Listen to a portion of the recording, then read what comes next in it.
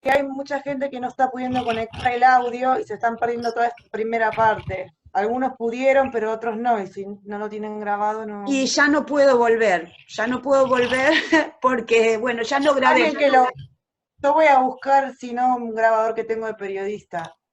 Ah, Lo, no, y lo no, grabo. ahora ya puse a grabar, pero bueno, nos perdimos. Ah, no, Volvamos aunque sea esto último. sí, Eh, perdón. yo no sé si no graba igual el programa, es muy probable que lo grabe igual.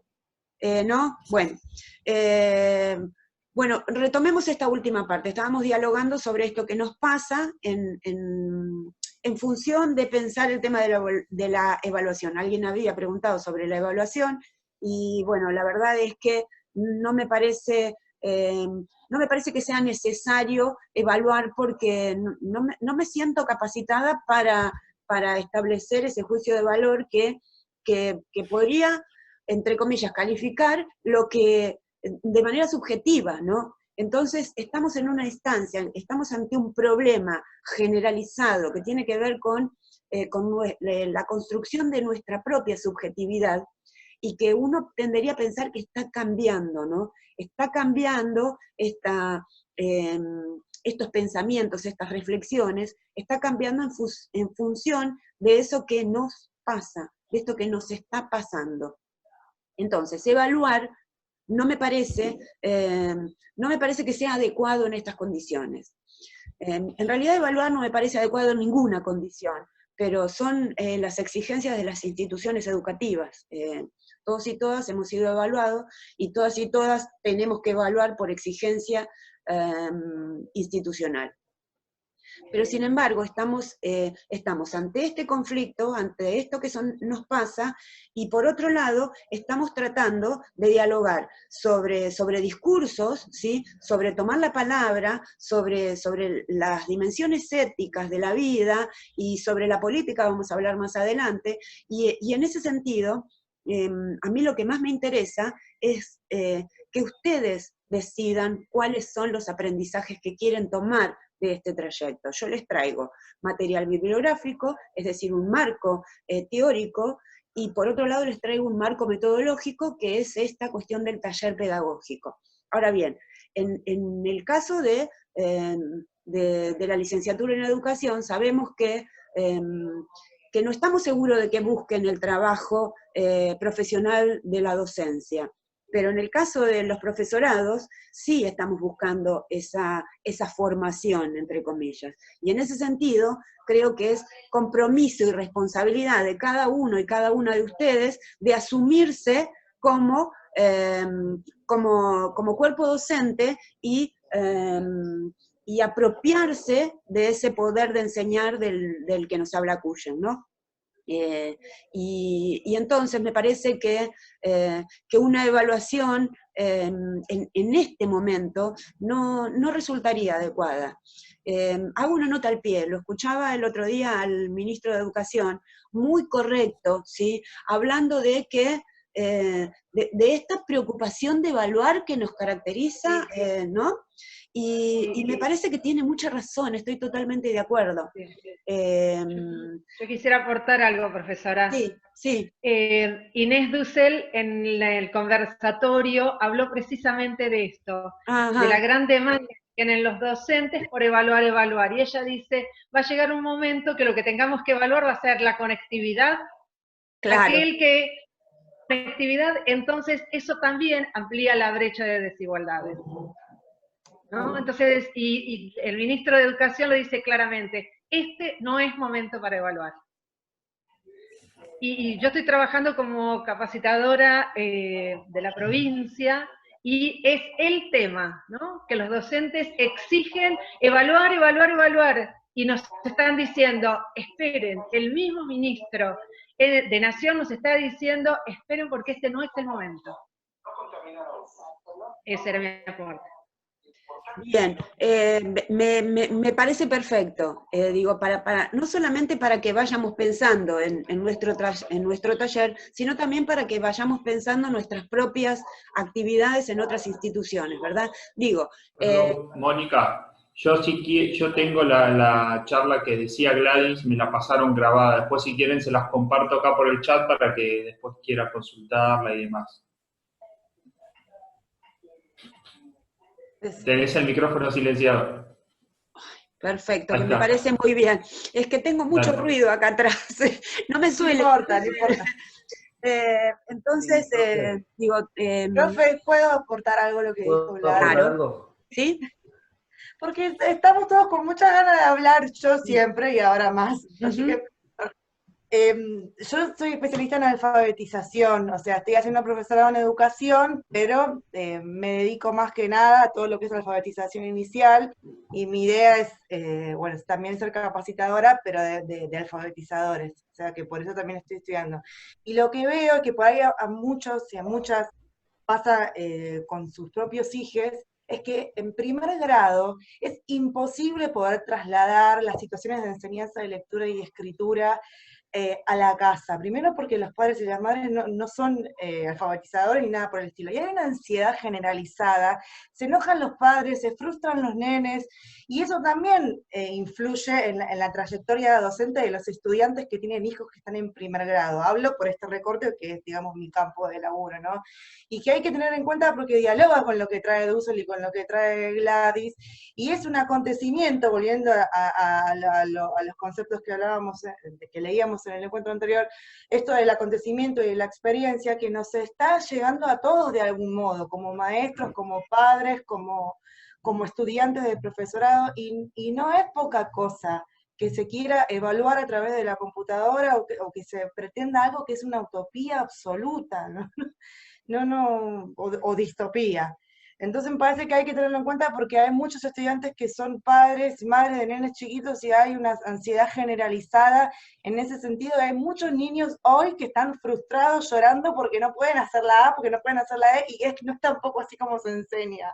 Entonces nada, ponerlo de manifiesto porque aunque no estén en primer grado o lo que sea, es algo que sucede y son los niños que después van a ser estudiantes también, y van a ser como los niños de la pandemia, una cosa así, va a haber como un síndrome o algo, no sé, después los investigadores.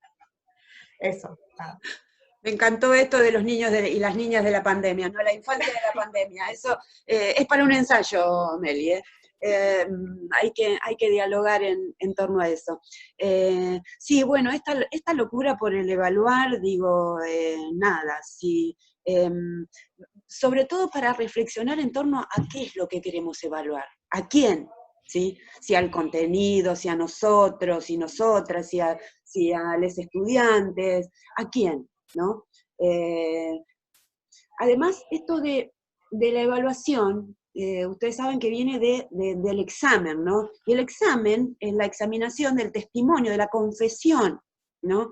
El propio Foucault hace ahí como una arqueología sobre el examen, y entonces, claro, esa situación de nerviosismo, de angustia, de ansiedad, que a uno le surge en el momento del examen, es porque justamente uno se siente mirado, se siente analizado, se siente cuestionado, se siente frustrado, frustrada, y en función de eso nos asaltan todos esos sentimientos.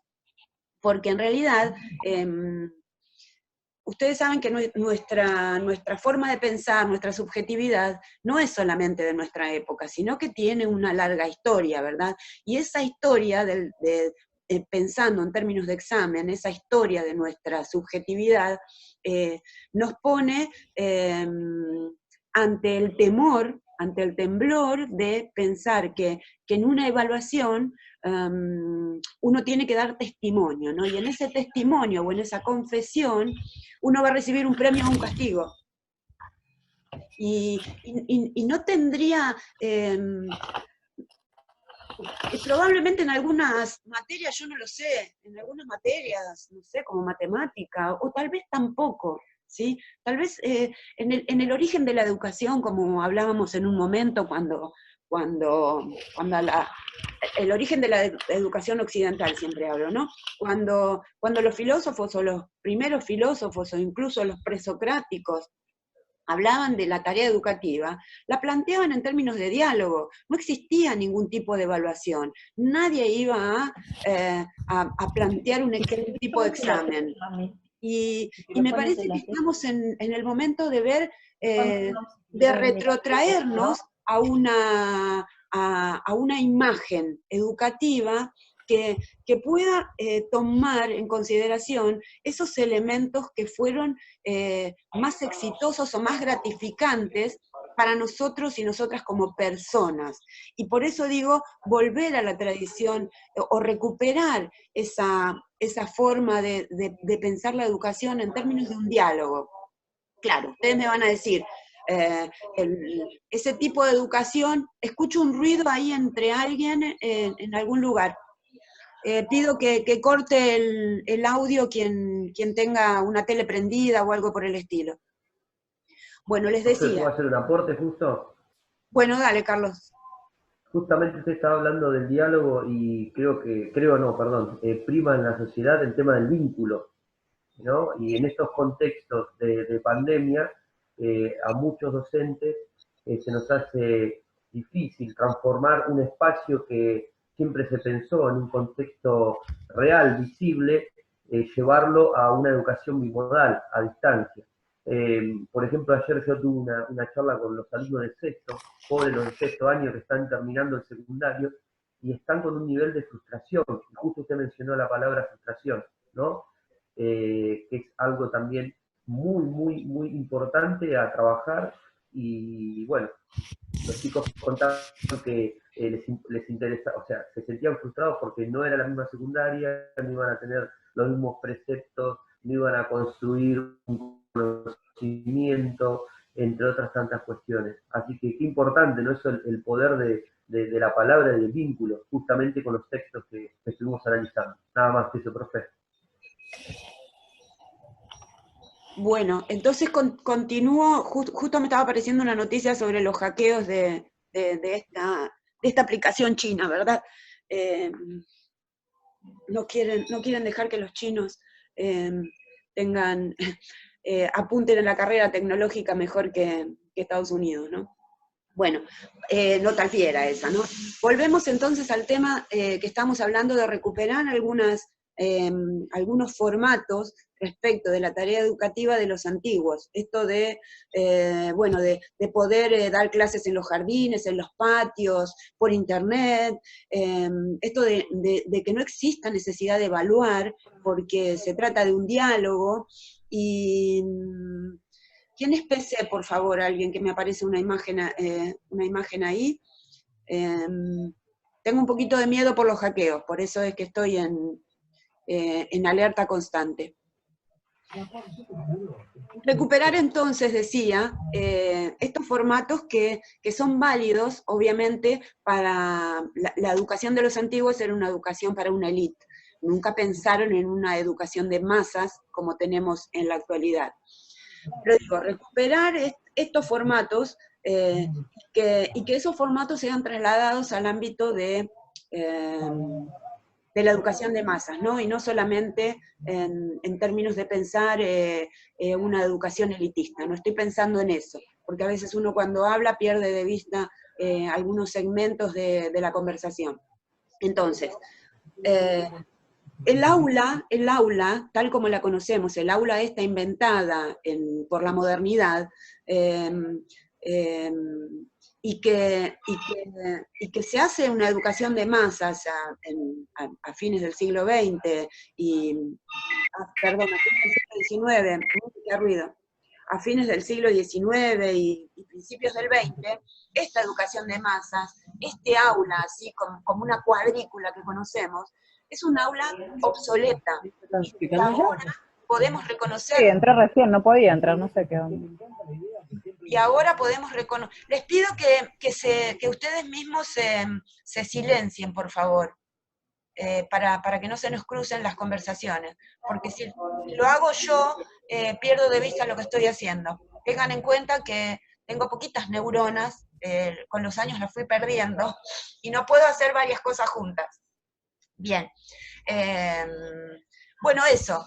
pensemos en que estamos en condiciones de dialogar sobre una reforma educativa, ¿sí? sobre una ruptura que no necesariamente tiene que dejar todo de lado y empezar de nuevo, sino que puede retomar, es decir, puede retomar, como decía Foucault, en esas continuidades, ¿sí? Continuidades históricas, continuidades en la formación de las subjetividades, dejar lo que nos parece más adecuado, más válido, y tomar o recuperar otros formatos, otras formas de pensar la educación mucho más antiguas, como esto de la clase, que no tiene por qué ser en un aula, y de la evaluación, que busquemos, inventemos otras formas para poder evaluar. Bien, ahí estábamos entonces con esto de la evaluación y de esto que nos pasa. Díganme si tienen alguna otra duda, porque si yo me pongo a hablar no paro.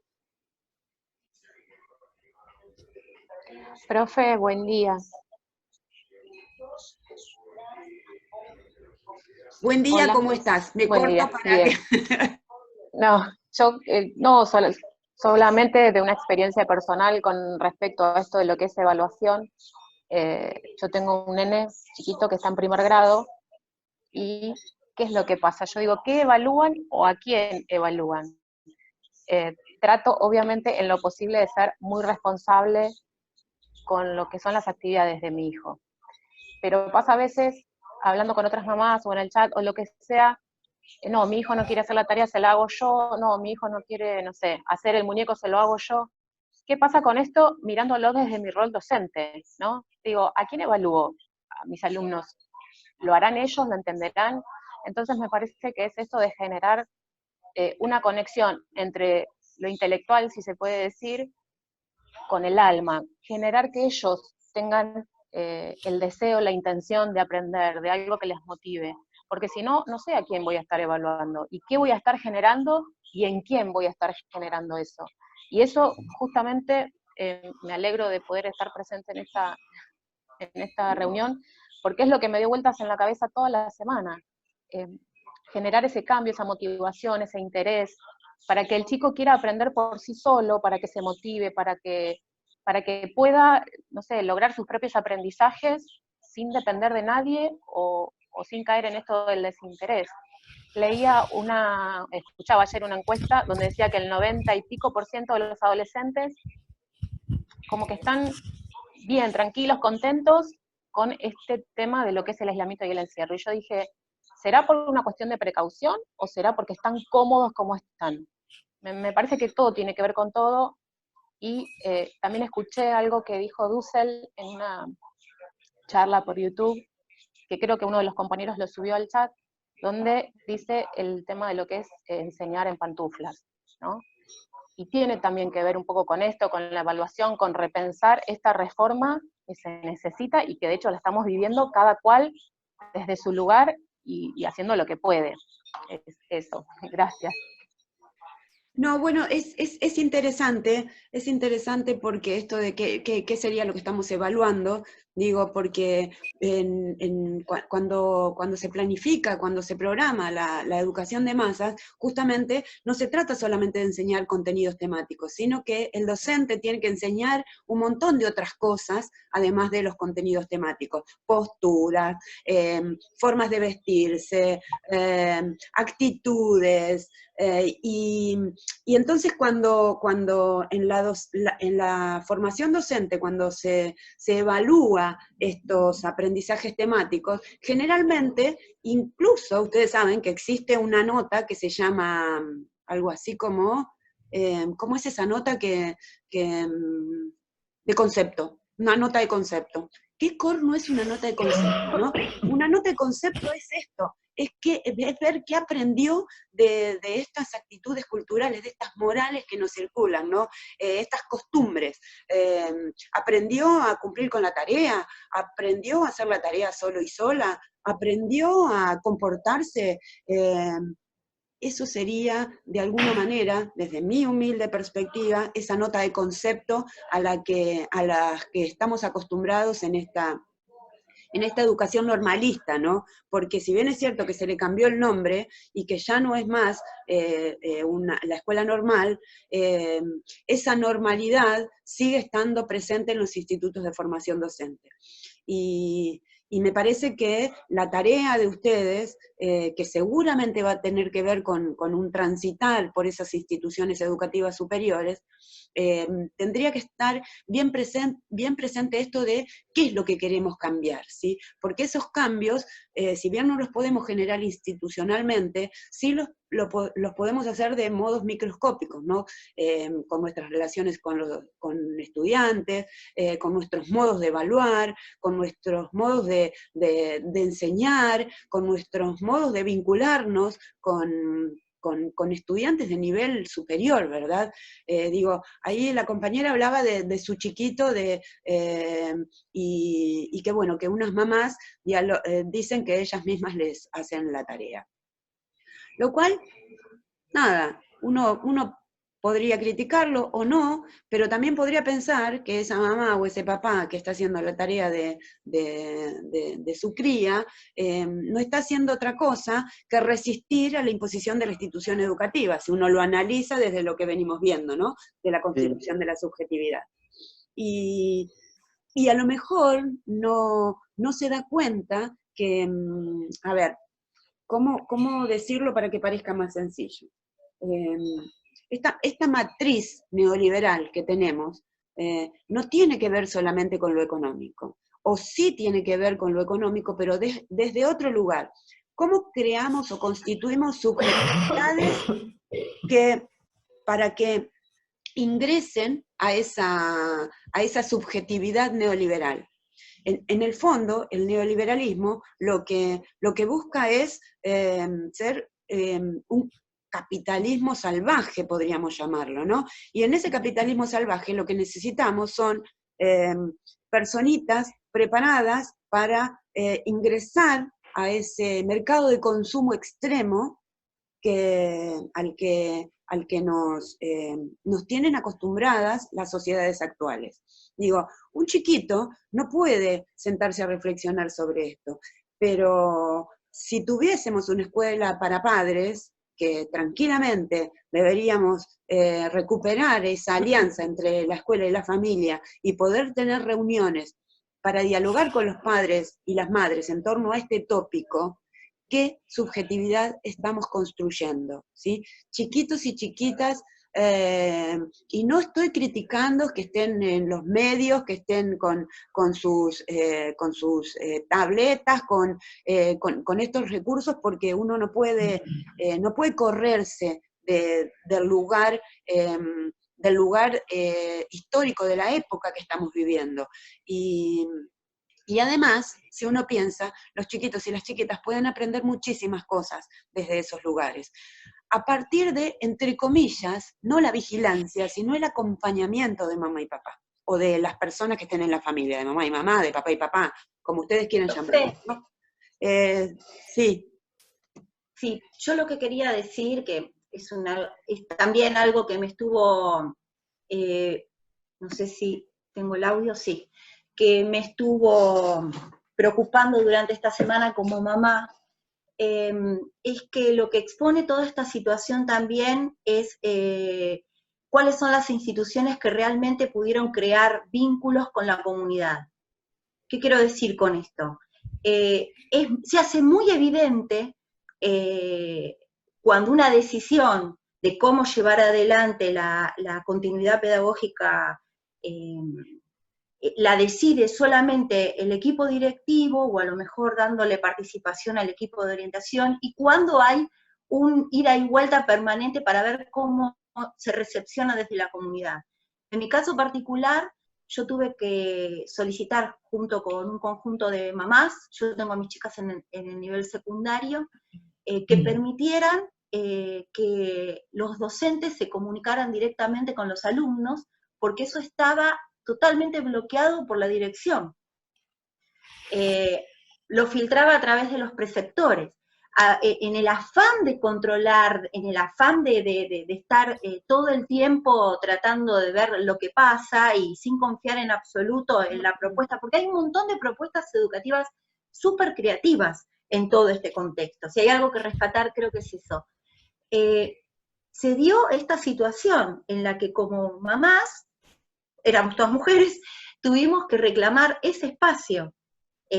Finalmente ha sido con éxito y los chicos y las chicas van a poder tener ese contacto. Pero quiero decir, si hay algo que creo que debe evaluarse después de toda esta situación es cuáles son los canales de comunicación que hay con las familias, cuáles se pueden mejorar y que la participación no tiene que ser solamente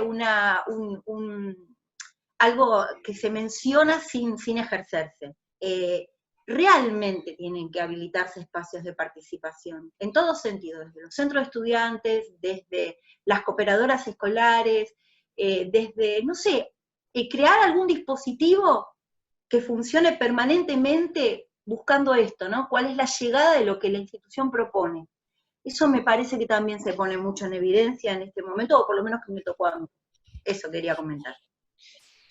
Sí, bueno, justamente estamos dialogando sobre esto, ¿no? Sobre la vigilancia y el control para brindar premios y castigos, ¿no? Incluso en las direcciones también. Alguien lo decía por ahí en el foro, ¿no? De que tiene que cada uno como docente, en cualquier nivel educativo que esté, tiene ahí como una evaluación. A nosotros, profes universitarios, nos evalúan desde la producción académica en términos de lo que escribimos y ese tipo de cosas, ¿no?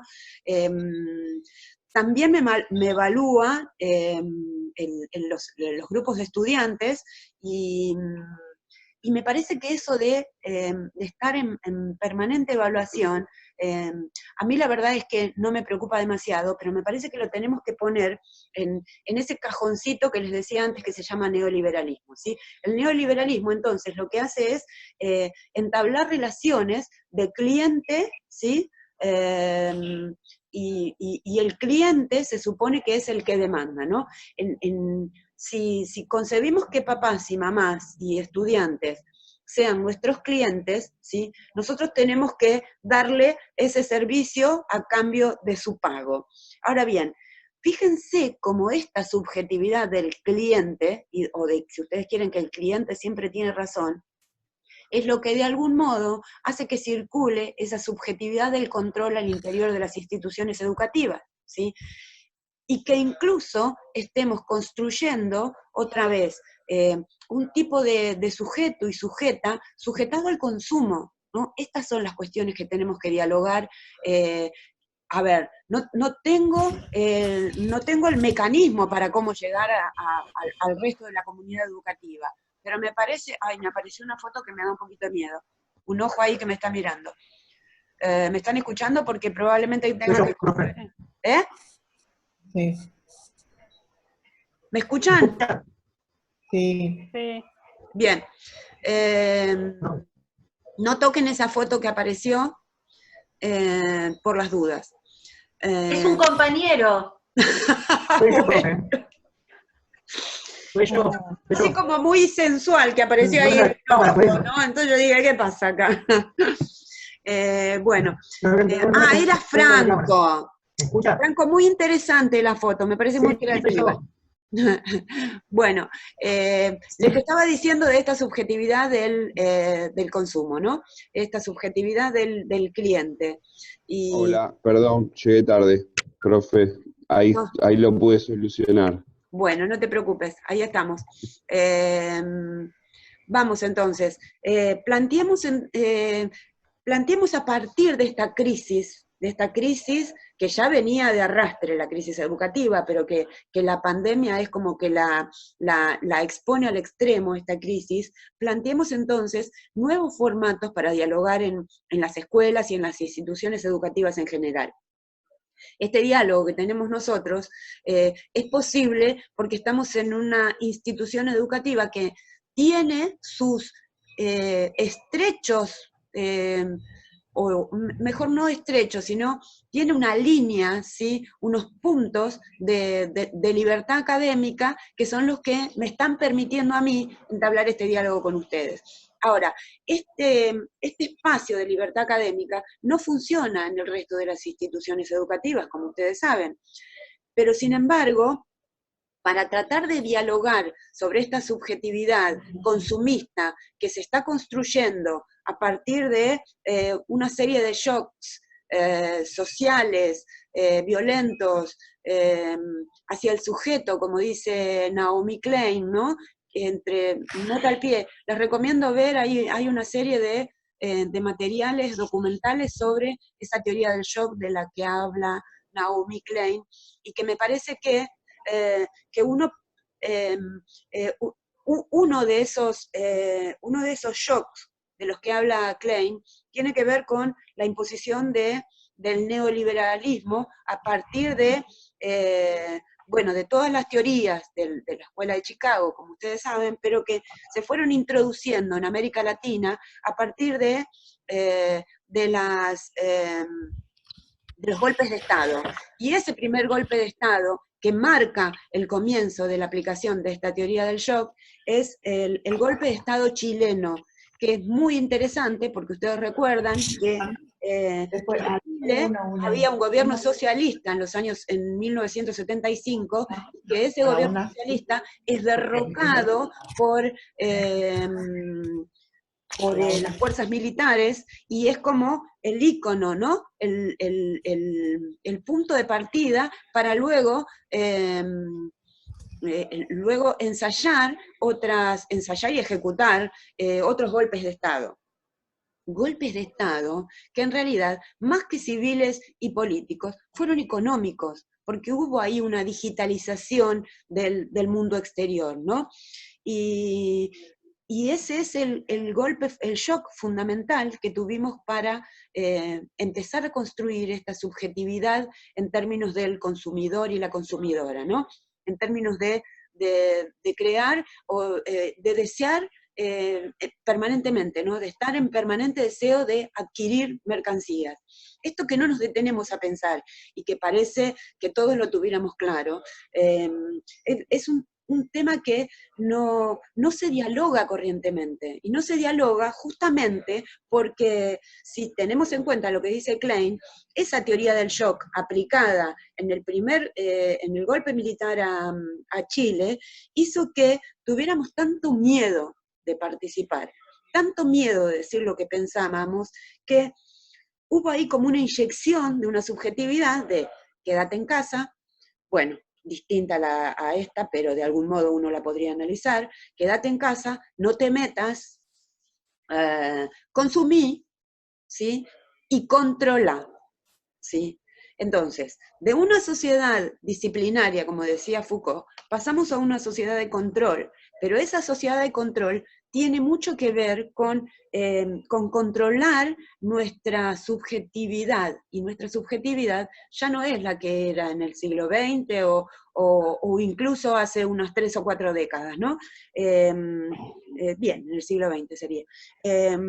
Sino que nuestra subjetividad, digo, yo que tengo unos cuantos años encima, esta necesidad de comprar, del compre ya, o el calme su sufrimiento, ¿no?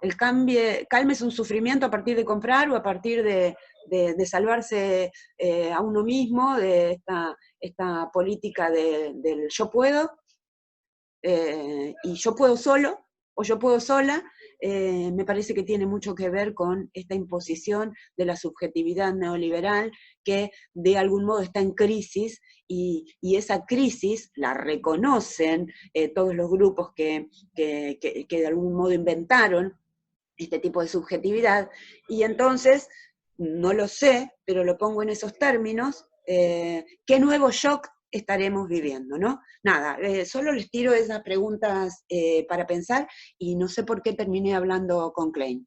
Ya llevamos como una hora, y me voy a silenciar para que alguien más participe en torno a lo que estaba diciendo, no sin antes por lo menos hacer una síntesis.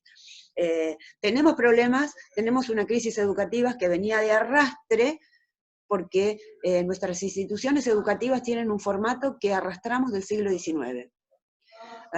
Tenemos profes formados en el siglo XX que están formando un nuevo ejército de profesores y profesoras, y tenemos papás y mamás también educados, subjetivados en torno a esa mirada de post-dictadura militar, y que me parece que tenemos que ver por el lado de la imposición del neoliberalismo, ¿no? Esta cuestión del consumismo. Entonces, para evitar o para ir pensando formas de dialogar en torno a cómo encaramos esas transformaciones al interior de las instituciones educativas, pensemos entonces en cómo reconstruirnos desde ese lugar de una subjetividad. Yo no tengo la respuesta, no tengo el cómo, no tengo una metodología, pero entiendo que podríamos dialogar poniendo algunos tópicos que tengan que ver con esto, ¿no? Con cómo nos relacionamos con el otro, con qué estamos pensando acerca del control, con qué estamos pensando fundamentalmente acerca de la evaluación, ¿no? Tomemos ese lugar y partamos de pensar nuestra crisis en ese sentido. Los dejo un segundito.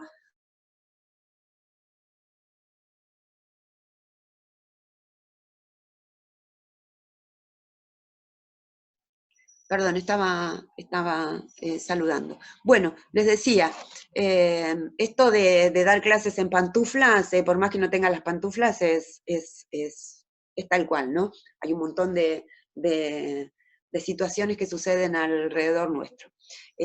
Bueno, entonces, no quiero monopolizar la palabra. Les pido que me vayan haciendo comentarios de cómo van viendo esta evolución, entre comillas, de nuestro taller en términos de acceso a la bibliografía. Ahí tienen en el encuentro 3, que bueno, que si bien es cierto que antes tenía a Levinas como lectura obligatoria, lo corrí a lectura electiva, porque me parece que es un texto bastante complicado, denso, para acceder, pero sin embargo traje otros autores que nos pueden ayudar a leer a Levinas. Bueno, dicho esto, les dejo la palabra, ¿sí? Adelante, quien quiera comentar algo. Profe, a mí me pasó de que me replanteé y me sigo replanteando mucho a través de la lectura la praxis, ¿no? Y el tema de mi propia construcción, creo que lo mencioné en los foros, como docente, de cómo me formaron, para qué me formaron y qué voy a hacer yo con esa formación, digo, ¿no? En esto de filosofar. Entonces, cuando empecé a leer los textos fue como una cosa que me agarró y me senté a escribir por primera vez obviamente, ¿no? El trabajo que pidió y la verdad que era como que estaba parado en un antes, ¿sí? Estaba yo parado y después en el después, a ver cómo iba a construir. Y bueno, todas estas construcciones, digo, ¿no? Vuelvo a repetir e insistir sobre la praxis, ¿no? El tema de, como decía usted, ¿no? La construcción de la subjetividad, que yo soy parte de esa construcción, de esa subjetividad que estaba, y que habría que, como usted dice, darle un giro de 360 grados y poner nuevas tópicas, entre otras cuestiones más, ¿no? Como el texto también de Foucault, que habla del poder, ¿no? El tema de la palabra y otras situaciones que todavía sigo replanteándome. Así que bueno, nada, gracias por ofrecerme ahora poder me está pasando. ¿De qué carrera sos, Gastón? ¿O Carlos? A lo mejor se silenció. Sí, bueno, ¿me escuchan ahí? ¿sí? Sí. Ahí estoy, escucho, ¿eh? ¿De qué carrera sos? Te preguntaba Melina. Ahora estoy haciendo el ciclo de complementación curricular de la licenciatura en educación. Ah, ok. Pero sos profesor. Soy profesor de ciencias económicas. Así que, bueno, todo un tema. Bueno, igual en lo que estabas relatando vos, que tenía Sí. que ver con esto de la construcción de las subjetividades, es obvio que yo también soy hija de la dictadura. Yo estaba en primer año en 1976, creo que se los he contado en algún momento.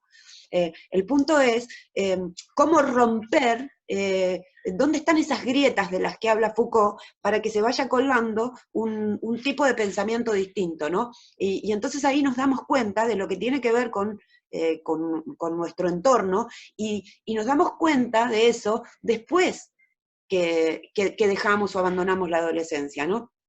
Porque yo, que quería ir a una escuela pública, venía de la escuela pública, había hecho la primaria en la escuela pública, quería ir a la escuela pública, pero sin embargo, toda la cuestión del no te metas, doblegar los espíritus revolucionarios, hicieron que no pueda ir a la escuela pública, que me mandaran a una escuela de tipo confesional. No me arrepiento porque fue una formación interesante. Fue una formación interesante porque de algún modo estos discursos de las grietas se colaban en esa institución, pero se colaban de una manera inconsciente a partir de, por ejemplo, la música que nos hacían escuchar. Este análisis yo lo hago ahora, obviamente que en ese momento no me daba cuenta, pero en esa escuela, mientras me llevaban una vez por semana a la misa, tenía que asistir a la misa una vez por semana, todos los días antes de entrar a clase escuchábamos música de Box Day. ¿Sí? Entonces, digo, hay algo que a nosotros nos va haciendo ruido y que tiene que ver, que lo analizamos a posteriori, obviamente. Yo analizo esa experiencia ahora, después de muchos años, y entiendo que esas grietas de las que habla Foucault, esas capilaridades, si ustedes quieren, van haciendo que encontremos espacios para darnos cuenta de que de algún modo estamos siendo vigilados, controlados, para la construcción de una subjetividad específica. Eso es lo que pasa con la formación docente, se me ocurre, ¿no? No estoy haciendo un reduccionismo, estoy diciendo que es probablemente una forma de, nos fueron formando, pero ¿quiénes nos formaron? Profesores y profesoras formados anteriormente. Estoy pensando también, y ven cómo uno trae su trayectoria educativa. Cuando terminé la secundaria, creo que en el 80 o en el 81, hubo una reforma educativa que, por supuesto, iniciaron los gobiernos militares. Esa reforma educativa nos permitía, a los que habíamos terminado la secundaria, ir a dar clases con una capacitación, ir a dar clases a las escuelas con una capacitación de 6 semanas, ¿sí? Entonces, en esa capacitación de 6 semanas que no hice, que no fui, porque no me parecía, en ese momento no me interesaba, no lo recuerdo, en esa capacitación, imagínense qué tipo de bibliografía o material de lectura o diálogos habrán tenido esos docentes que terminaron haciendo un curso de pedagogía en 6 semanas y que fueron a dar clases, ¿no? Hechos de la vida que tienen que ver con mi experiencia personal, pero que de algún modo fue lo que sucedió en el resto de las instituciones educativas de Argentina, por lo menos, no sé en el resto. A partir de los años 80, ingresaron a la escuela primaria y secundaria personas que tenían una capacitación pedagógica de 6 semanas, ¿sí?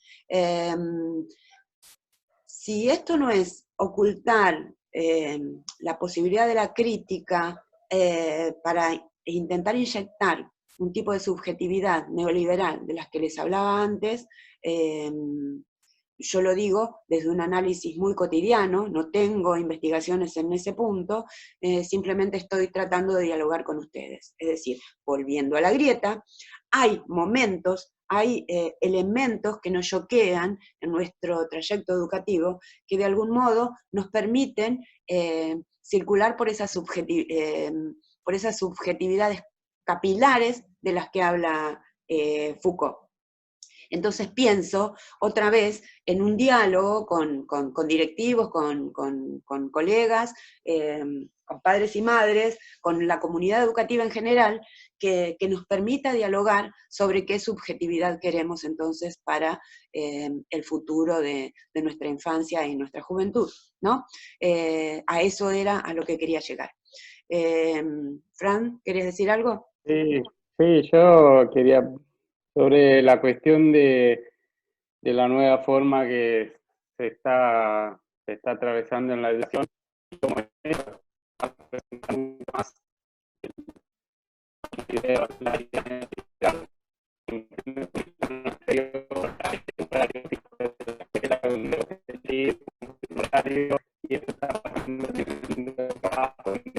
No se 4 horas. Francesco, no se te escucha, ¿eh? Se escuchaba como muy lluvioso. Va, yo no lo escuchaba, no sé usted. Ahora se escucha mejor. Ahora sí. Ahora sí. La cuestión era de la idea de romper, que es como en tal más tradicional de la escuela no se escucha.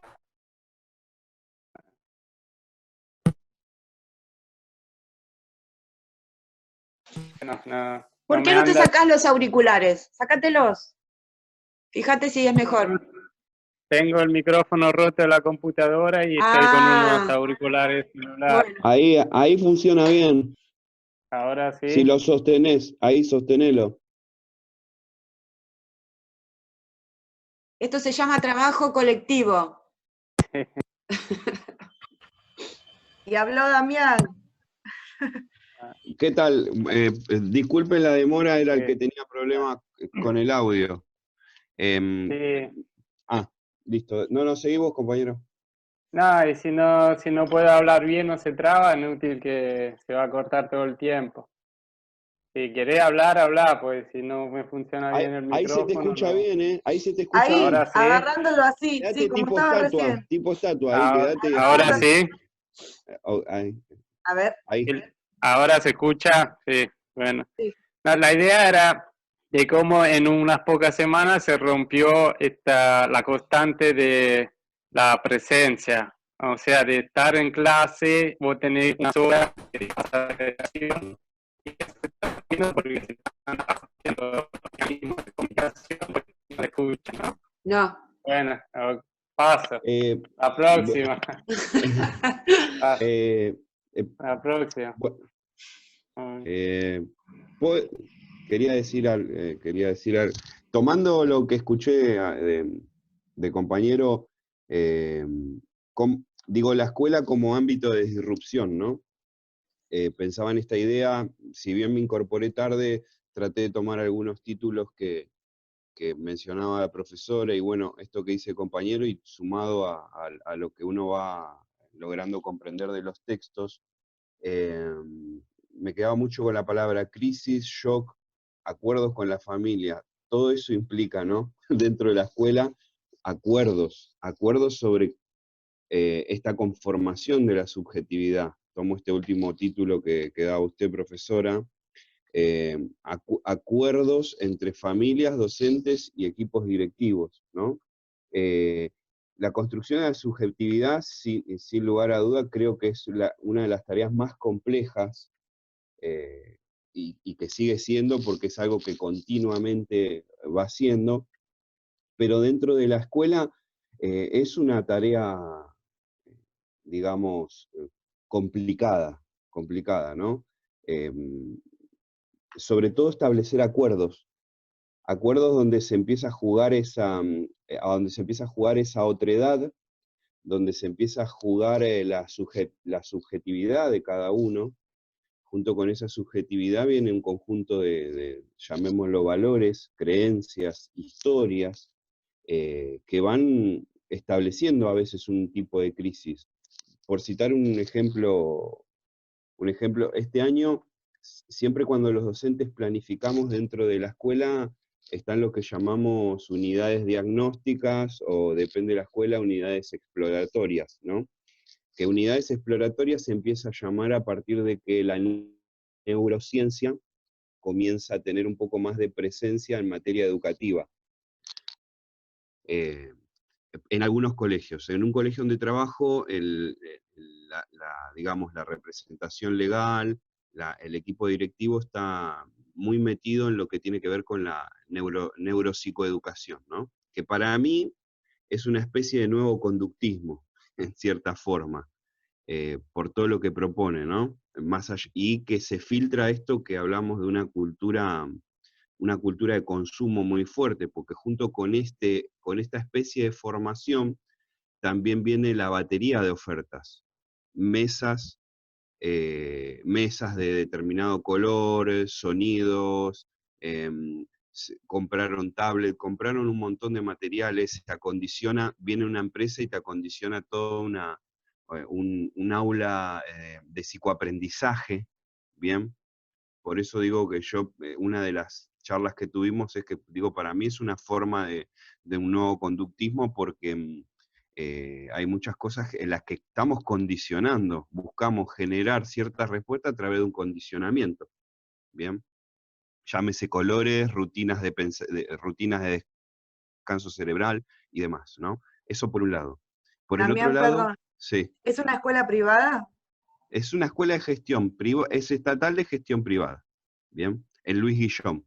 No es una escuela de muchos recursos, pero bueno, digo, en esto, sin juzgar la intencionalidad, digo, sí está el esfuerzo de que en cada aula haya un LCD para que los profes podamos proyectar, incluir las TICs, ¿no? Digo, ahí sí tuvimos en las primeras reuniones de personal, porque las capacitaciones son obligatorias, es más, las paga el colegio, nosotros no tenemos que pagarla porque como el colegio tiene esa intencionalidad, nos paga las capacitaciones. Una de las primeras, digamos, intentos de acuerdo que se formó fue cuando se empieza a dar esta nueva forma, es decir, pasamos de lo diagnóstico a lo exploratorio, cambian los diseños, empiezan a cambiar los diseños de cómo uno elaboraba, digamos, su herramienta diagnóstica para poder planificar, ¿no? ¿Y a qué quiero ir con esto? Cómo de diferentes discursos empiezan a atravesarnos para empezar a conformar subjetividad. Espero no irme del tema, creo que voy hilándolo, ¿no? Digo, cómo estas diferentes subjetividades en realidad en algún punto en lo institucional buscan conformar una unidad subjetiva. ¿Qué quiero decir? El riesgo a veces dentro de la institución en los acuerdos es que el acuerdo no anule la individualidad de las personas. Por eso creo que cuando a veces se buscan determinados acuerdos, se puede generar determinados tipos de crisis dentro de las instituciones. ¿Por qué? Porque esos acuerdos vienen promocionados desde lugares de poder también. Digo, el rol directivo. El rol de los directivos, de alguna manera, si bien es un rol jerárquico, si uno va a los estatutos, a los breviarios y demás, uno ve que ahí, digo, está la jerarquía y por lo tanto está, digamos, el deber de acatamiento de quienes conformamos el equipo docente, ¿no? Porque para pertenecer a determinada institución, sobre todo en instituciones estatales de gestión privada, hay ciertos perfiles que cumplir, ¿no? Y también hablando de perfiles, que en la escuela pública no tengo tanta experiencia, trabajé en Fines y en escuelas públicas trabajé en Cava. Toda institución de gestión privada tiene un ideario a donde se pone el perfil de alumno, ¿bien? El perfil de estudiante, el perfil de egresado que queremos. Entonces digo, cuando hablamos de subjetividad, nos empiezan a atravesar primero no solo el desafío del acuerdo con el otro, sino el desafío normativo que hay sobre todo, sobre esta construcción de la subjetividad. Por ahí a modo de síntesis esto, ¿no? Digo, el hecho de establecer acuerdos para conformar subjetividad me parece que lo atraviesa no solo lo subjetivo de cada persona, sino lo normativo de cada institución. Y creo que ahí se empieza a ver el poder. Esto, cómo circula, pero sobre todo también desde la norma, obligando, disciplinando y alineando, ¿no? Ya desde el hecho de que llamamos a la primera parte del año para armar una planificación, unidad diagnóstica. Estamos diagnosticando algo, ¿no? Es una palabra palabra que a mí particularmente no me gusta, pero todavía no encontré cómo empezar a reemplazarla en las reuniones de docente cuando empezamos a planificar y tratamos de establecer criterios conjuntos. ¿Puedo intervenir en esto Sí, sí. que decía Damián? ¿Puedo? Ah, bien. No, lo que quería sí, claro, sí. Lo que quería comentar, quizás podría responder a alguno de los aspectos que tomó Damián, quienes estamos desde hace muchos años en la docencia. Por el contrario de lo que te pasó a vos, yo toda mi vida trabajé en escuelas públicas. Yo me jubilé hace 2 años del nivel secundario, pero pasé también por primaria, desde el año 88 hasta el 2018. Y he vivido diferentes reformas del diseño curricular. Yo inicié con el proyecto de Alfonsín, después vino la ley federal, después la Ley Nacional de Educación, ya en el 2005, si no me equivoco, y siempre en las reformas se establecen nuevas terminologías, algunas son más nefastas. La ley federal propuso una lógica de mercado para la escuela, instaló términos como eficiencia, como rendimiento, de una manera muy marcada por el neoliberalismo. Pero creo que lo que realmente se debe debatir en estos espacios es lo que debe permanecer a través de las reformas que contienen siempre algún componente político. Y con respecto a los lineamientos, fíjate que en el comentario anterior que yo hice, mi reclamo era porque sí se respetara el lineamiento. Muchas veces en las escuelas estatales, que se jactan de un gran funcionamiento, promueven eso diciendo que se quieren parecer a las privadas, cosa que a mí me parece tremenda. Yo elegí una escuela pública para mis hijas justamente para poder participar de un espacio de debate y que ellas estén en un ambiente donde las cosas se discutan más comunitariamente y desde la política educativa, que me interesa que funcione como un espacio de construcción colectiva. Y justamente en esta situación que comentaba antes, la dirección estaba haciendo oídos sordos a lo que bajó como política educativa, que era abrir todos los canales de comunicación posibles para poder subsanar la falta de contacto y la falta de la vivencia real de los chicos y de las chicas con sus ambientes de estudio habitual. Entonces hay ahí como una, ¿cómo decirlo? Hay que hacer un equilibrio entre lo que es lo que baja y que en todo caso podemos cuestionar, y la negación a que eso exista. Me parece que se tienen que dar los debates necesarios, las participaciones políticas necesarias, como para poder intervenir en esas decisiones y en esos armados de política educativa. Por eso mi reclamo acerca de la participación. No sé si se entiende lo que quise decir. Se entiende perfectamente. Sí, está buenísimo. Sí, está perfecto, porque de algún modo lo que trajiste, Claudia, eras, ¿verdad? Lo que nos trajo... Sí, Claudia era, profe. Lo que nos trajo Claudia es justamente lo que estamos tratando de dialogar en nuestro taller, ¿no? De hacer que las planificaciones y que todo lo que tenga que ver con la organización escolar tenga que ver con, y cuando digo escolar me refiero a cualquier institución educativa, ¿no? Para que esta organización educativa, si ustedes quieren, tenga mucho más contacto con las propuestas de esa comunidad educativa que no solamente integran los profes y los directivos, sino que también integran papás, mamás, estudiantes, ¿no? Algo que estamos tratando de hacer desde hace mucho tiempo, y que esta subjetividad formada en el cliente y el dueño, ¿no?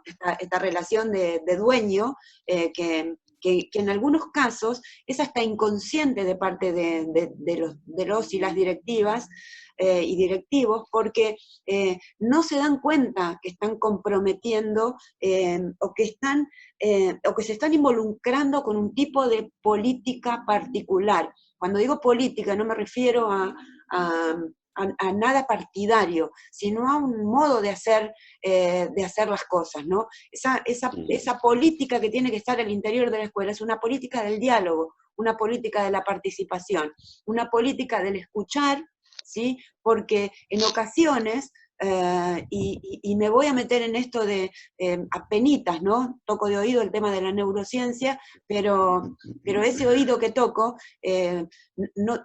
si viene a ser complementario y que nos puede dar una mano para tratar de mejorar las cuestiones educativas, bienvenida sea la neurociencia. Ahora, si vamos a pensar que con un tipo de neurociencia particular que me diga de qué color son las mesas, o cuántas tablets tienen que haber al interior del aula, y no se preocupe por si los pibes comieron, eso sí me preocuparía más, ¿no? Claro, la descontextualización hace que queden ridículas determinadas decisiones, que es algo que fue motivo de charla y discusión, ¿no? Uh-huh. Justamente por esto, porque, bueno, hay ideas que son geniales. A mí me encanta entrar a un aula y que tengamos un LCD, que puedas conectar Claro. la computadora, Claro. eso me parece genial. Ahora, Uh-huh. cuando, digo, tienen talleres de educación emocional los chicos, ¿no? Pero después hay ciertas cosas que, por ejemplo, el acuerdo con la familia no es algo que entre en la escuela. Uh-huh. No es algo que entre. La experiencia contraria tengo en otro colegio, donde formo parte del equipo directivo y estamos tratando de construir esto. Que a veces la primera resistencia la tenemos en el equipo docente, pero justamente por esto que manifiesta usted, ¿no? A veces son lógicas diferentes. No estamos hablando de ideologías políticas, sino que estamos hablando de una concepción de cómo debe ser la educación, ¿no? Uh-huh. Digo, docentes por ahí, y que no tiene que ver con la antigüedad docente, me parece que tiene que ver con esta constitución subjetiva de cada persona. Uh-huh. Porque no se le puede atribuir a determinada franja etaria formas. Porque también cuando trabajé en el Estado tenés directivos que van de jefes, no van de directivos. Y no se trata de ser jefe, digo, a un término freudiano, y perdón, de ver quién la tiene más larga. Sino decir, acá estamos construyendo una institución educativa, estamos tratando de esto que circule el aprendizaje y el acuerdo, y uno de los grandes desafíos a veces son que es política hace mucho tiempo y la mayoría de las escuelas no lo tienen, son los consejos de convivencia, los centros de estudiantes. Es a lo que le temen casi todos los directivos. Claro. Uh-huh. Y hay un núcleo de solución muy grande ahí, porque a veces es una válvula de escape para muchas situaciones de los chicos, claro. Y que de ahí uno llega a las familias. Uh-huh. Perdón, Damián. Profe, Sí. ¿puede aceptar a Franco que está entrando ahora con celular del perfil del ojo raro? Mira, yo estuve permitiendo el ingreso a varios, pero Franco, a ver. Franco Zárate. Sí, que está 2 veces porque no quiere salir por las dudas. Cuando pueda entrar con el celular sale de la compu. Yo creo que ya lo admití, ¿eh? Sí, Creo que hay un sí. Franco Zárate sin audio a lo último. Uh-huh. Y hace un rato yo había admitido otro Franco Zárate. Bueno, para no perdernos en estas cuestiones de la técnica, y me parece que para ir cerrando, porque hace como 1 hora y media más o menos que estamos acá dialogando, lo cual me encanta, no tengo ningún problema, pero no sé qué tipo de actividades tienen ustedes. ¿Me escucha, profe? Sí, se te escucha. Ahora sí.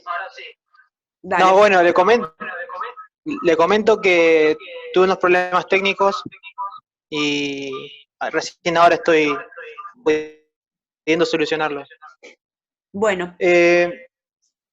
Viniendo al tema que hablaba el compañero, hay un texto muy interesante de un sociólogo argentino que se llama Juan Villarreal, que habla sobre los hilos sociales del poder y pone como en contexto lo que pasó en la década de los 70 en Argentina.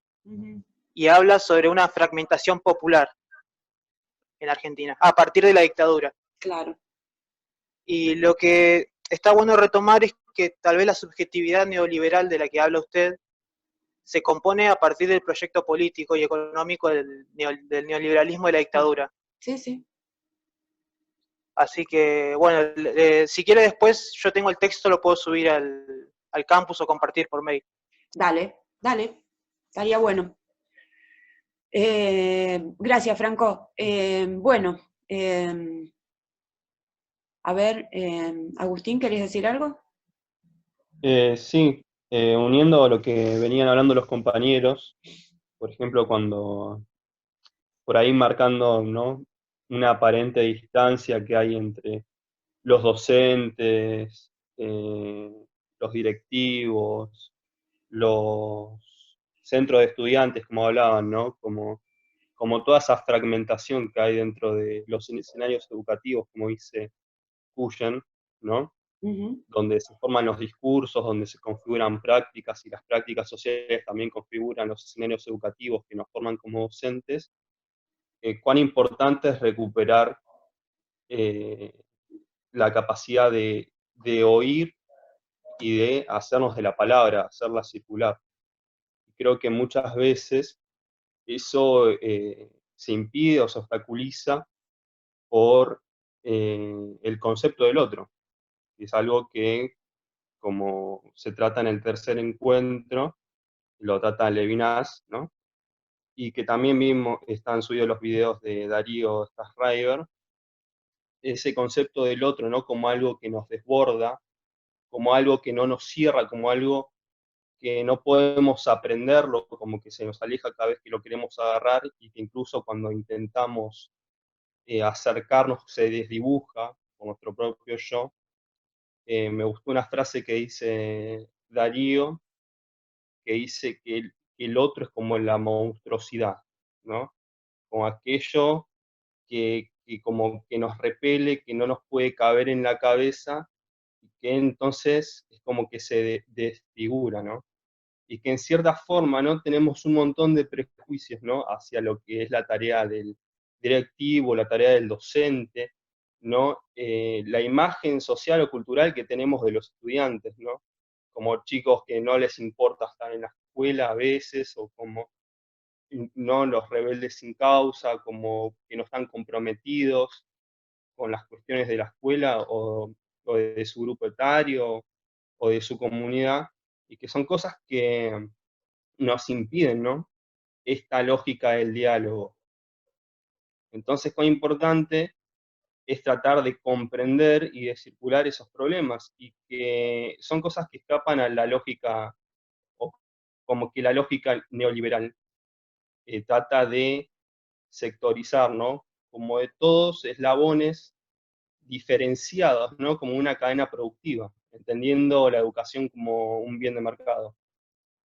Y cómo nosotros desde nuestras propias prácticas, ¿no?, desde nuestra praxis pedagógica, podemos construir, ¿no?, discursos más cercanos a la circulación de la palabra y a la visibilización de los problemas.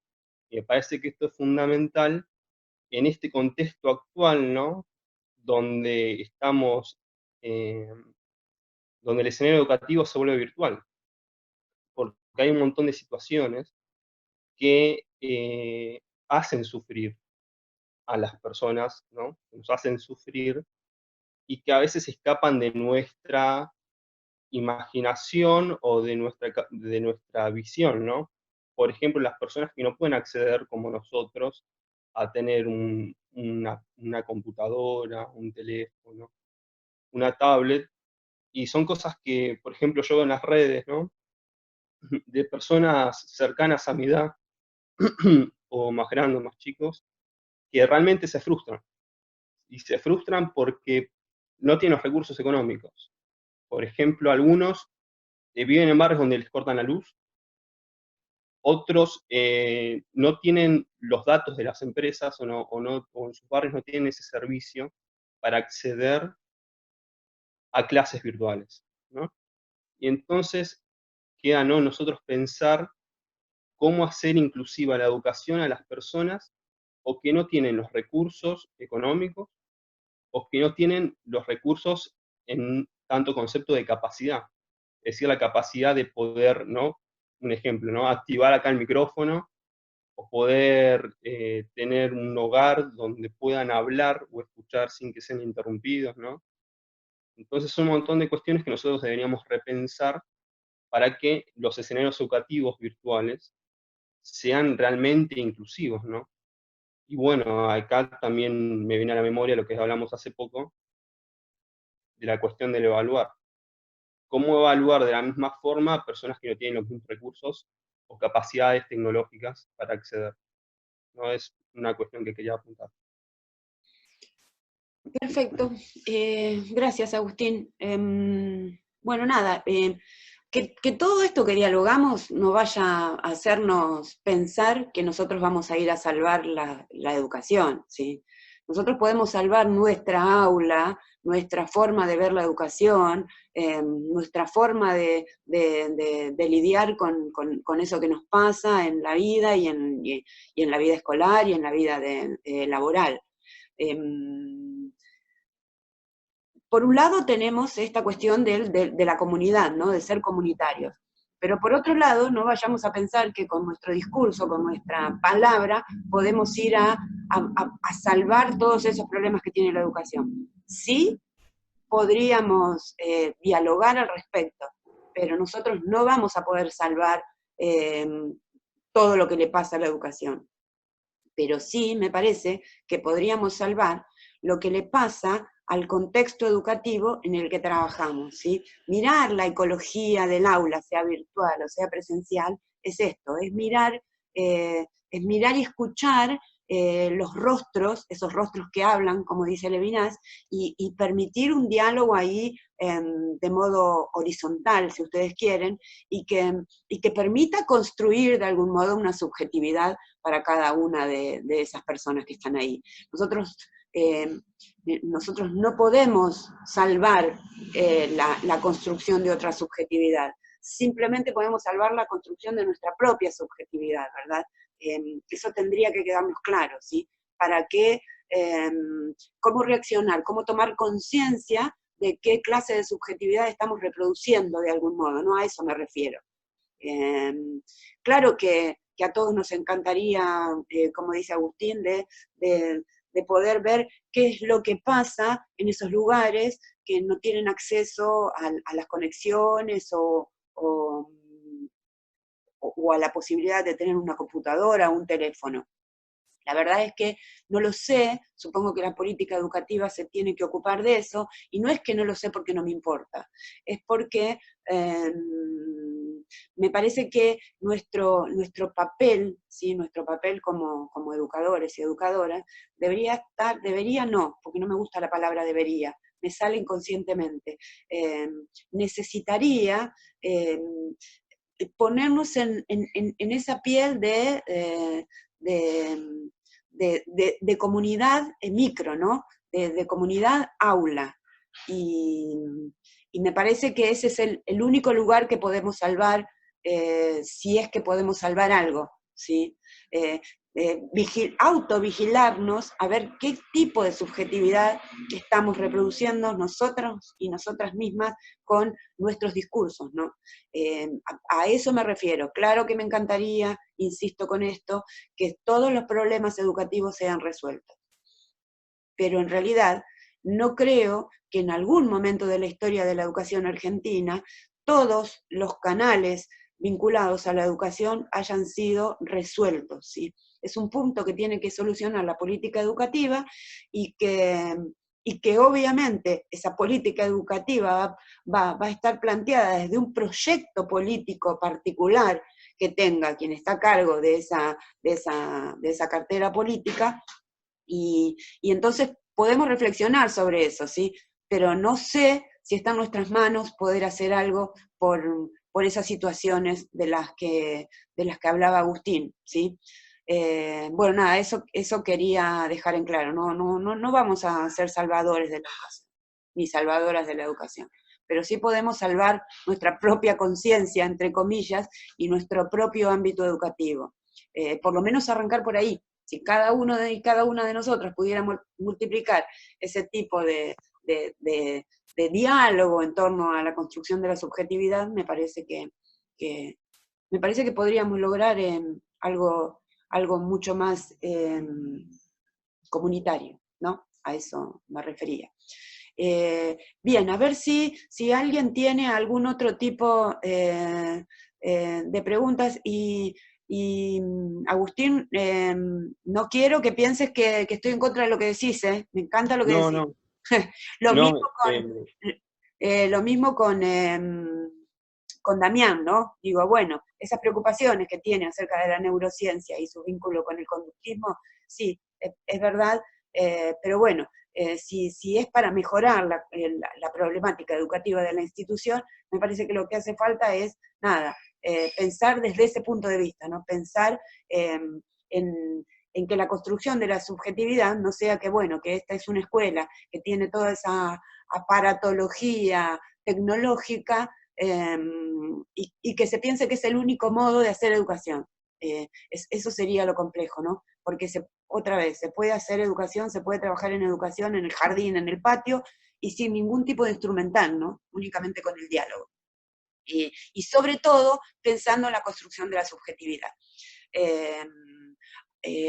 Bien, entonces, dicho esto, porque a veces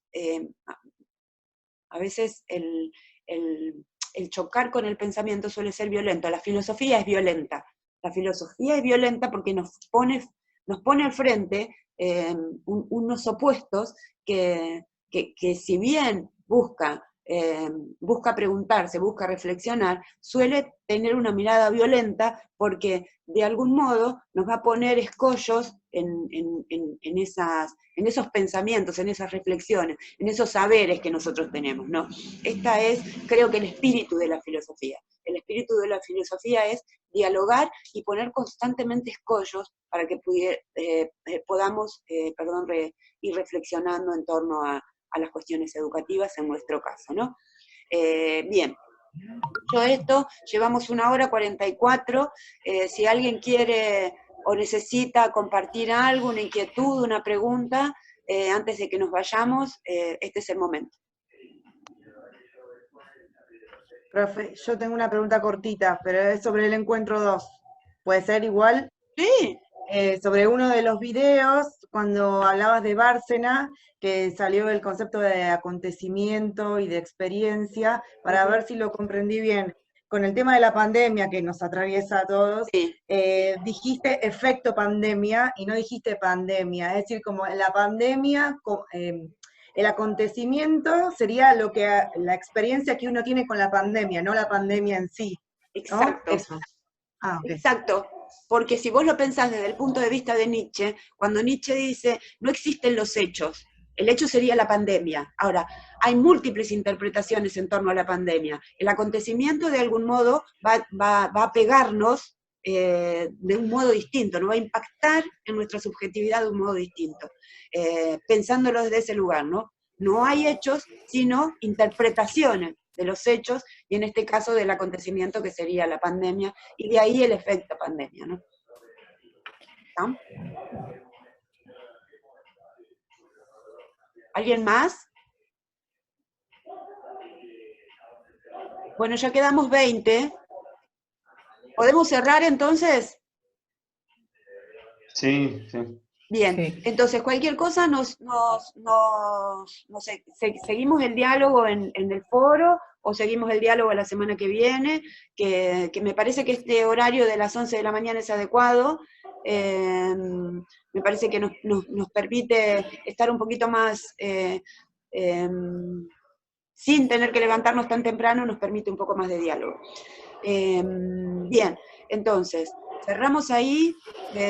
Recuerden que cerramos la unidad, la primera unidad, y vamos a empezar en la próxima unidad a hablar sobre la cuestión ética. Bien.